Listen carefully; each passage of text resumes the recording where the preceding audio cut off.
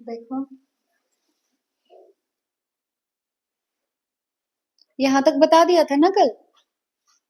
It is now understood that the substrate has to bind the enzyme at its active site with a given cleft or pocket. Substrate enzyme के पास आता है या enzyme substrate के पास जाता है?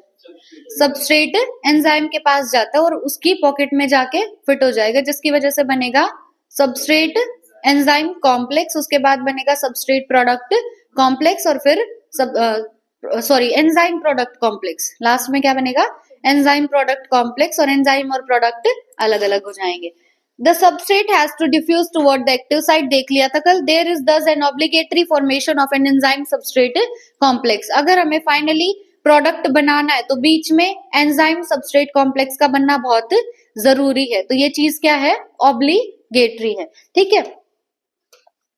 This complex formation is a transient phenomena। अब ये जो एंजाइम सबस्ट्रेट कॉम्प्लेक्स बन रहा है ना, ये ट्रांजिएंट फिनोमिना है। कैसा है? ट्रांजिएंट। ट्रांजिएंट का मतलब क्या होता है? जो चीज परमानेंट ना हो, टेम्परेरी हो। ठीक है, थोड़े टाइम बाद वो किसी और चीज में चेंज हो जाएगी। ठीक है, तो जो एंजाइम सबस्ट्रेट बना है वो फाइनल चीज है या ट्रांजिएंट है? ट्रांजिएंट अभी। ठीक है, फाइनल स्टेट नहीं है वो हमारी। During the state where substrate is bound to the enzyme active site, new structure of the substrate called transition state structure is formed. देखो शुरू में सबस्ट्रेट था हमारे पास S। ठीक है, अब सबस्ट्रेट और एंजाइम करके बाइंड, तो जो सबस्ट्रेट का स्ट्रक्चर है ना वो चेंज हो जाता है। हम कहेंगे कि सबस्ट्रेट ट्रांसफॉर्म हो गया और सबस्ट्रेट अपनी ट्रांजिशन स्टेट में आ गया। कौन सी स्टेट में आ गया? ट्रांजिशन स्टेट में। तो जब सबस्ट्रेट और एंजाइम बाइंड करते तो सबस्ट्रेट के स्ट्रक्चर में कुछ चेंजेस आ जाते हैं, जिसकी वजह से बनती है सबस्ट्रेट की transition state. Very soon after the expected bond breaking या making is completed, the product is released from the active site। अब एंजाइम सबस्ट्रेट कॉम्प्लेक्स बन गया, उसके बाद जरूरत होगी कुछ बॉन्ड टूटेंगे, कुछ बॉन्ड बनेंगे। ये सारा काम जब पूरा हो जाएगा तो फाइनली हमें मिलेगा हमारा प्रोडक्ट। ठीक है। In other words, the structure of substrate gets transformed into the structure of product। तो हो क्या रहा है? जो सबस्ट्रेट है उसी का स्ट्रक्चर चेंज होके बन गया प्रोडक्ट। ठीक है, सबस्ट्रेट था, सबस्ट्रेट के साथ एंजाइम बाइंड किया और सबस्ट्रेट का स्ट्रक्चर चेंज हो गया और उसी से मिल गया हमें हमारा final product. The pathway of this transformation must go through the so-called transition state structure। ये जो pathway है ना कि सबस्ट्रेट से हमें प्रोडक्ट मिल रहा है, तो इसके लिए बीच में ट्रांजिशन स्टेट का होना बहुत जरूरी है।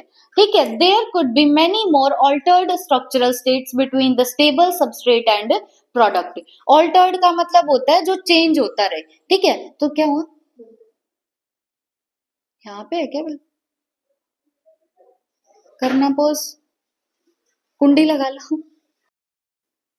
देखो जो सबस्ट्रेट है ना, सबस्ट्रेट से जो प्रोडक्ट बन रहा है, हमने देखा कि बीच में बनेगी ट्रांजिशन स्टेट। हम तो एक ट्रांजिशन स्टेट देख के चल रहे हैं, लेकिन हो सकता है बीच में बहुत सारी स्टेट बनती हो। ठीक है, और वो सारी स्टेट क्या होंगी? अनस्टेबल। लास्ट में स्टेबल क्या होगा? सिर्फ प्रोडक्ट स्टेबल होगा। ठीक है, तो यूं ही बता रखा है कि बीच में बहुत सारी ऑल्टर्ड स्ट्रक्चरल स्टेट्स बन सकती हैं। जरूरी नहीं है एक ही ट्रांजिशन स्टेट बने, बहुत सारी स्टेट बनेंगी बीच में। Implicit this in this statement is the fact that all other intermediate structural states are unstable। बीच में जो कुछ भी बन रहा है वो सारा क्या होगा? अनस्टेबल होगा। Stability is something related to energy status of the molecule or the structure। Stability related होती है एनर्जी से। Stability किससे रिलेटेड है? तुम केमिस्ट्री में पढ़ते हो, एनर्जी ज्यादा तो स्टेबिलिटी कम, है ना? एनर्जी कम तो स्टेबिलिटी ज्यादा। अब जिस इंसान के पास एनर्जी ज्यादा होगी वो तो उछलता रहेगा ना, मतलब उसकी स्टेबिलिटी कम है, और जिसमें एनर्जी कम है वो एक ही जगह पड़ा रहेगा, मतलब उसकी स्टेबिलिटी ज्यादा है। तो एनर्जी ज्यादा तो स्टेबिलिटी कम, एनर्जी कम तो स्टेबिलिटी ज्यादा। तो स्टेबिलिटी किससे रिलेटेड है? एनर्जी स्टेटस से। Hence, when we look at this pictorially through a graph, it look like something as in figure 9.4। The y-axis represent the potential energy content। अब इनकी labelling भी आती है। y-axis हमें किसके बारे में बता रहे हैं? पोटेंशियल एनर्जी के बारे में। y-axis किसके बारे में बता रहे हैं? पोटेंशियल एनर्जी के बारे में। The x-axis represent the progression of the structural transformation or states through the transition state। x-axis पे हमें क्या पता चल रहा है कि सबस्ट्रेट से फाइनली क्या क्या बनता जा रहा है। ठीक है, सबस्ट्रेट से बना ट्रांजिशन स्टेट और फिर बना प्रोडक्ट। तो एक्स एक्सिस हमें बता रहे हैं रिएक्शन की प्रोग्रेस की क्या क्या बन रहा है रिएक्शन में। वाई एक्सिस क्या बता रहा है, potential energy. Stability is related to energy, ठीक है। You would notice two things, the energy level difference between S and P. अब S और P में एनर्जी लेवल डिफरेंस देखो, S की एनर्जी ज्यादा है या P की एनर्जी ज्यादा, देख के बताओ। S की, किसकी एनर्जी ज्यादा है, S की। अब S की एनर्जी ज्यादा है, S क्या है, सबस्ट्रेट। सबस्ट्रेट की एनर्जी ज्यादा है तो उसकी स्टेबिलिटी कम, प्रोडक्ट की एनर्जी कम है तो उसकी स्टेबिलिटी ज्यादा। अब सबस्ट्रेट से प्रोडक्ट बना ही क्यों, क्योंकि उसकी स्टेबिलिटी ज्यादा है, तभी तो वो बना। नेचर ने उसे क्यों फेवर किया, क्योंकि उसकी स्टेबिलिटी ज्यादा है, ठीक है। तो सबस्ट्रेट से बना प्रोडक्ट, इसकी एनर्जी कम तो स्टेबिलिटी ज्यादा, ठीक है। अब ये जो ग्राफ है ना, इसमें देखो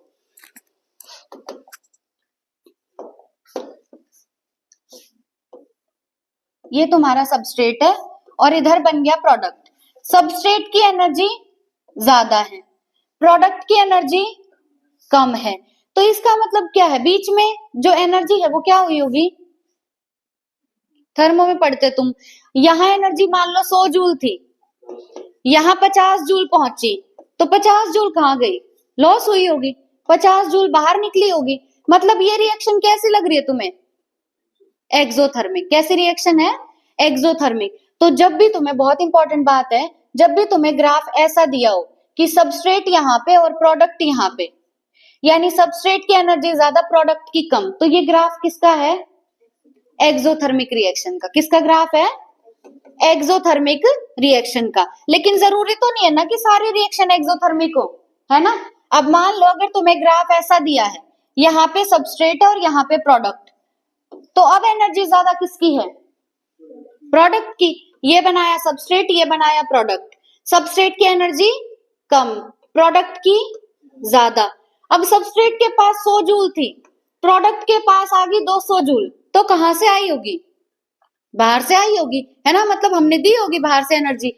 बाहर से जब एनर्जी देते हैं तो रिएक्शन कौन सी होती है, एंडोथर्मिक। मतलब अगर ऐसा ग्राफ तुम्हें दिखाई दे तो वो किसका ग्राफ होगा, एंडोथर्मिक का। किसका ग्राफ होगा, एंडोथर्मिक का। अगर सीधा यहां से ना समझ सको तो यूं बना के देख लेना, ठीक है, पर गलत नहीं करना question.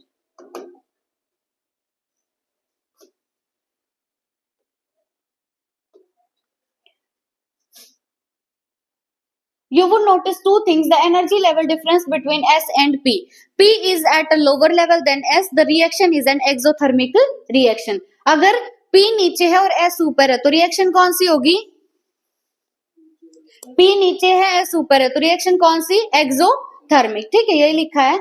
One need not supply energy by heating in order to form the product. तो क्या हमें यहाँ पे रिएक्शन में हीट करने की जरूरत है, हीट करके हम क्या करते, बाहर से एनर्जी देते, तो यहाँ हीटिंग की जरूरत नहीं है क्योंकि रिएक्शन खुद एक्सोथर्मिक है, ठीक है। However, whether it is an exothermic or spontaneous reaction or an endothermic or energy requiring reaction, the S has to go through a much higher energy state or transition state. अब देखो जो exothermic reaction है उसका इन्होंने नाम दिया spontaneous reaction. Spontaneous क्या होती है, जो अपने आप हो जाए, है ना। तो एक्सोथर्मिक का एक और नाम क्या है, स्पॉन्टेनियस रिएक्शन। जबकि एंडोथर्मिक का एक और नाम है एनर्जी रिक्वायरिंग प्रोसेस, ठीक है। अब रिएक्शन चाहे एंडोथर्मिक हो चाहे एक्सोथर्मिक हो, बीच में ट्रांजिशन स्टेट को तो आना ही पड़ेगा, और ट्रांजिशन स्टेट की एनर्जी बहुत ज्यादा है, ट्रांजिशन स्टेट की एनर्जी बहुत ज्यादा है, ठीक है। तो चाहे एक्सोथर्मिक हो चाहे एंडोथर्मिक हो, बीच में ट्रांजिशन स्टेट तो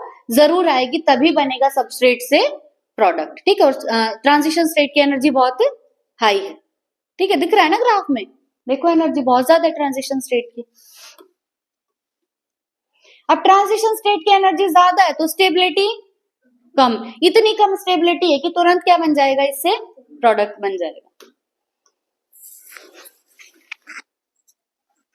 The difference in average energy content of substrate that of this transition state is called activation energy. बहुत इंपॉर्टेंट है ये difference in average energy content. पहली बात तो किसमें डिफरेंस देख रहे हैं, एवरेज एनर्जी में। किसमें देख रहे हैं, एवरेज एनर्जी में। अब किस किस के बीच में, of substrate from that of this transition state. देखो अब ना कंफ्यूज करता है, आया भी हुआ है क्वेश्चन पेपर में, पिछले पेपर में आया था शायद, बायोमोलिक्यूल्स था उसमें, कि एक तो दिया था एक्टिवेशन एनर्जी के लिए कि ट्रांजिशन स्टेट और प्रोडक्ट का डिफरेंस, एक दिया था सबस्ट्रेट और प्रोडक्ट का डिफरेंस, एक ऑप्शन में था सबस्ट्रेट और ट्रांजिशन स्टेट का डिफरेंस। तो एक्टिवेशन एनर्जी क्या होती है कि जो ट्रांजिशन स्टेट की एनर्जी है माइनस जो सबस्ट्रेट की एनर्जी, ठीक है। Activation energy is equals to, लिख लो बेशक अपनी बुक में,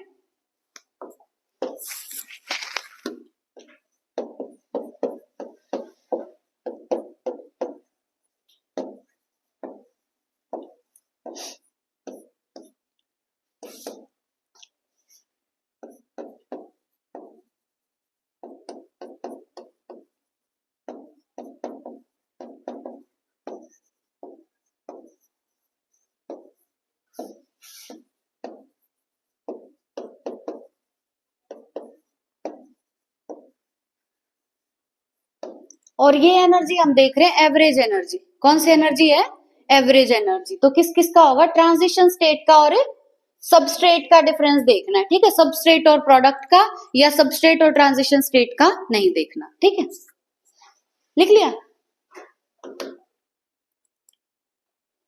तो ये जो एनर्जी डिफरेंस है यहां से यहां तक, सबस्ट्रेट से ट्रांजिशन स्टेट तक, यही क्या है, एक्टिवेशन एनर्जी। क्योंकि पहाड़ तो यहां से यहां चढ़ना है ना, उसके बाद तो उतरना है, उतरना तो आसान होता है, चढ़ना मुश्किल है।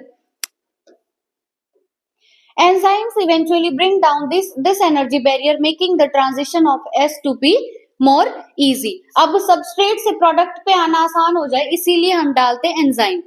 आता है ये ग्राफ, लेबलिंग देंगे कि कौन सा विदाउट एंजाइम है और कौन सा विद एंजाइम है। अगर तुमने एंजाइम डाल दिया तो ये पहाड़ छोटा हो जाएगा, है ना, पहाड़ छोटा हो जाएगा मतलब एक्टिवेशन एनर्जी कम हो जाएगी। तो जो पिंक वाला है ये है in the presence of enzyme, और ऊपर वाला है विदाउट एंजाइम, ठीक है। नेचर ऑफ एंजाइम एक्शन आ गया, अब देखो, each enzyme has a substrate binding site in its molecule so that a highly reactive enzyme substrate complex is produced। देख लिया हमने, पहले एंजाइम सबस्ट्रेट मिलके क्या बनाएंगे, एंजाइम सबस्ट्रेट कॉम्प्लेक्स बनाएंगे, ठीक है। This complex is short lived, ये क्या होता है, शॉर्ट लिव्ड होता है, मतलब ज्यादा देर तक नहीं टिकेगा। And dissociate into product and the unchanged enzyme. Important है, क्या इस एंजाइम में कोई चेंज आया, नहीं, ये एंजाइम है अनचेंज्ड, ठीक है। अब with an intermediate formation of the enzyme product complex, तो देखो क्या बना, पहले एंजाइम सबस्ट्रेट जुड़े, क्या बना, एंजाइम सबस्ट्रेट कॉम्प्लेक्स, फिर बना एंजाइम प्रोडक्ट कॉम्प्लेक्स, और फिर अनचेंज्ड एंजाइम और प्रोडक्ट अलग हो गए। The catalytic cycle of an enzyme action can be described in the following steps। अब ये स्टेप देके भी पूछ सकते कौन सा पहले होगा, कौन सा दूसरे नंबर पे होगा, इस तरीके से, ठीक है, सीरीज पूछ सकते हैं इसकी। तो सबसे पहले क्या होगा, the substrate bind to the active site of the enzyme fitting into the active site. पहले सबस्ट्रेट बाइंड करेगा एंजाइम की एक्टिव साइट से। दूसरा क्या होगा, the binding of the substrate induces the enzyme to alter its shape fitting more tightly around the substrate. अब substrate और enzyme bind की, तो एंजाइम के पास क्या थी, एक एक्टिव साइट। अब सबस्ट्रेट क्या करेगा, वो एंजाइम को बोलेगा कि तू अपनी एक्टिव साइट को थोड़ा सा चेंज कर ले, और चेंज करके मेरे अराउंड और अच्छे से फिट हो जा, ठीक है। तो सबसे पहले तो क्या हुआ, एंजाइम और सबस्ट्रेट बाइंड कर गए। दूसरे स्टेप में क्या हुआ कि सबस्ट्रेट ने एंजाइम को बोला कि अपनी एक्टिव साइट को थोड़ा सा चेंज कर ले और मेरे अराउंड और टाइटली फिट हो जाओ, ठीक है। थर्ड स्टेप में क्या हुआ, एक्टिव साइट जो है एंजाइम की, now in close proximity of the substrate breaks the chemical bond of the substrate and new enzyme product complex is formed. अब एंजाइम क्या करेगा, तीसरे स्टेप में सबस्ट्रेट के बॉन्ड को तोड़ेगा, सबस्ट्रेट के बॉन्ड को तोड़ेगा और नए बॉन्ड बनेंगे जिससे बनेगा एंजाइम प्रोडक्ट कॉम्प्लेक्स, ठीक है। फोर्थ स्टेप में क्या होगा, एंजाइम जो है वो प्रोडक्ट को रिलीज कर देगा और फ्री एंजाइम अब हमारा रेडी है नए सबस्ट्रेट से बाइंड करने के लिए, ठीक है। फिर से कैटालिटिक साइकिल चलेगी, पॉज करना है माशा को।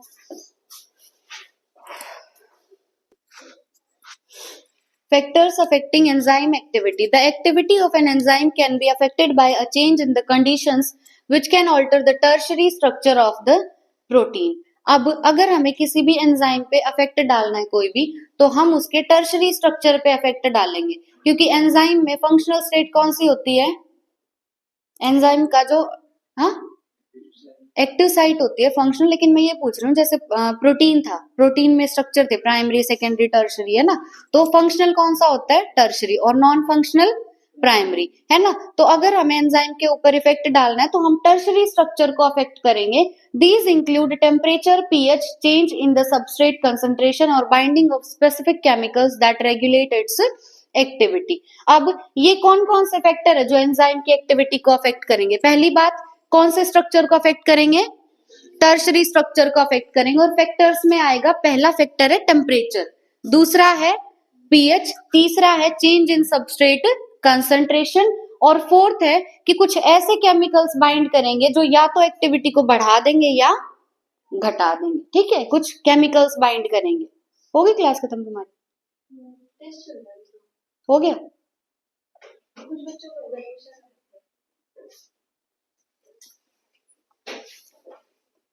देखो एंजाइम की एक्टिविटी को जो फैक्टर अफेक्ट कर रहे हैं उसमें पहला फैक्टर कौन सा है?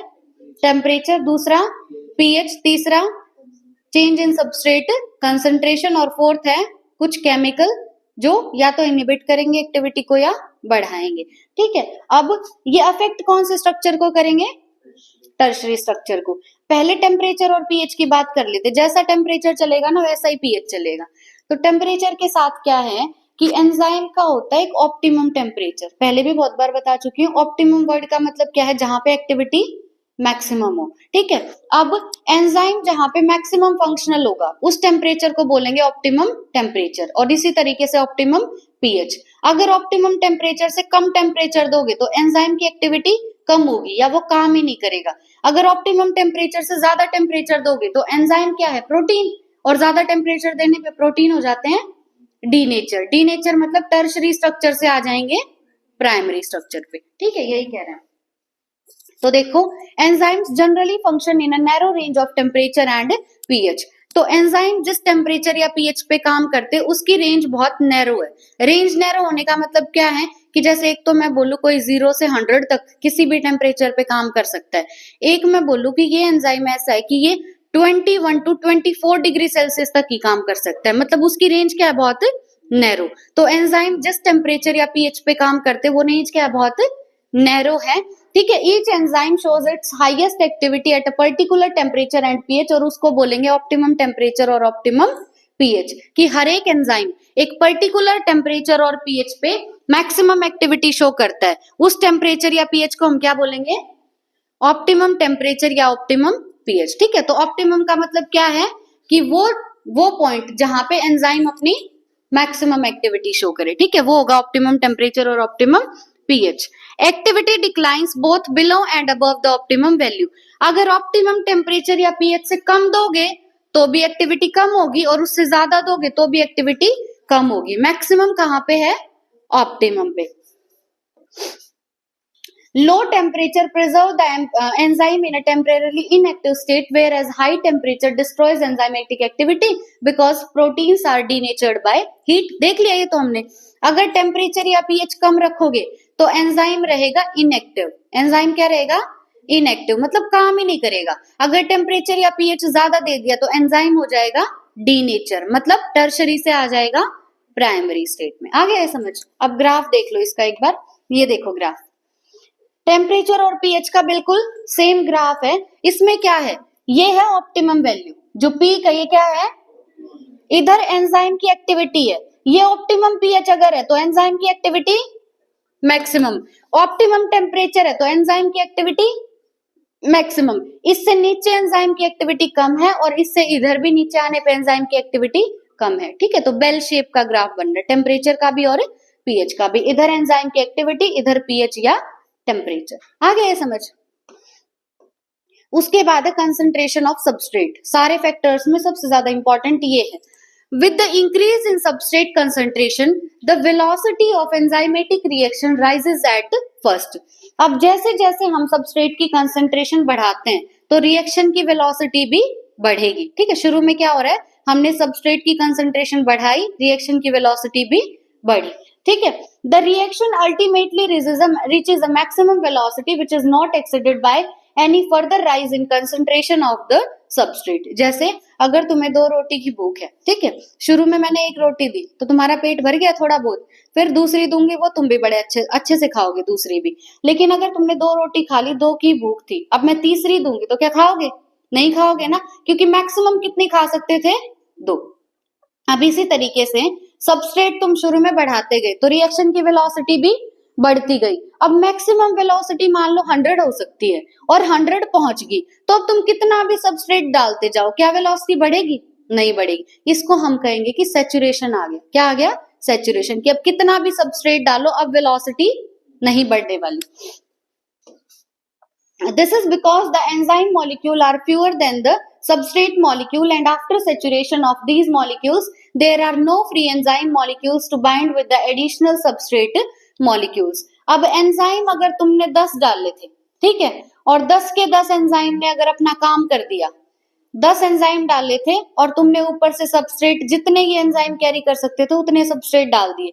अब बाहर से कितने सबस्ट्रेट डालते रहो, अगर एंजाइम भर गए सारे तो रिएक्शन की वेलोसिटी नहीं बढ़ेगी। जितना एंजाइम काम कर सकते थे उतना इन्होंने कर लिया, ठीक है। तो अब सबस्ट्रेट कितना भी डालेंगे कोई फर्क नहीं पड़ेगा, ठीक है।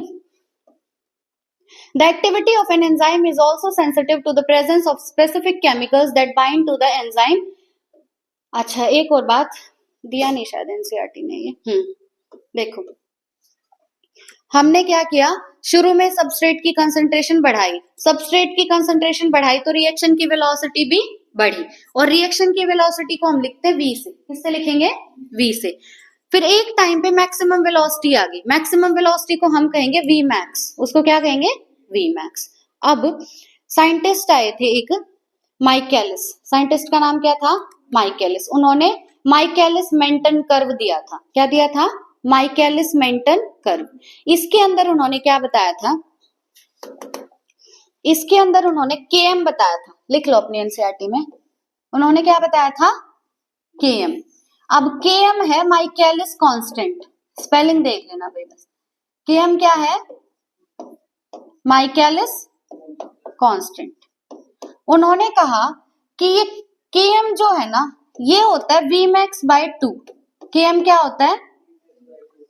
और Km और कुछ नहीं है, Km है सबस्ट्रेट की कंसंट्रेशन। Km क्या है?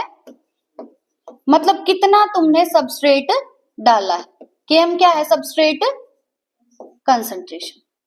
बहुत इंपॉर्टेंट है Km की डेफिनेशन, एक बार सुन लो बहुत ध्यान से। Km जो है वो सबस्ट्रेट कंसंट्रेशन है जहां पे रिएक्शन की वेलोसिटी मैक्सिमम की आधी होगी, ठीक है। Km क्या है? वो सबस्ट्रेट की कंसंट्रेशन जहां पे रिएक्शन की वेलोसिटी मैक्सिमम की हाफ होगी। और Km क्या है? Michaelis constant. Km is equals to Vmax/2। Vmax क्या है? Maximum velocity. वो सबस्ट्रेट की कंसंट्रेशन जहां पे रिएक्शन की वेलोसिटी है मैक्सिमम का आधा, हाफ है। एक बार ग्राफ में देख लो, देखो लेबलिंग इसकी ध्यान से देखना। ये जो है ना एक्स एक्सिस पे हम लिख रहे हैं सबस्ट्रेट कंसंट्रेशन। एक्स एक्सिस पे क्या है? सबस्ट्रेट कंसंट्रेशन, और वाई एक्सिस पे है रिएक्शन की वेलोसिटी। वाई एक्सिस पे क्या है? रिएक्शन की वेलोसिटी। अब ये तो क्या आ गई? Maximum velocity. शुरू में जैसे जैसे सबस्ट्रेट की कंसंट्रेशन बढ़ाई रिएक्शन की वेलोसिटी बढ़ती गई, फिर एक टाइम पे सैचुरेशन आ गया तो कौन सी वेलोसिटी आई? Vmax। अब सबस्ट्रेट की वो कंसंट्रेशन जहां पे रिएक्शन की वेलोसिटी मैक्सिमम का आधा है उसको क्या बोलेंगे? Km, ठीक है। तो Km क्या है? सबस्ट्रेट की वो कंसंट्रेशन जहां पे रिएक्शन की वेलोसिटी है मैक्सिमम का हाफ, ठीक है। चलो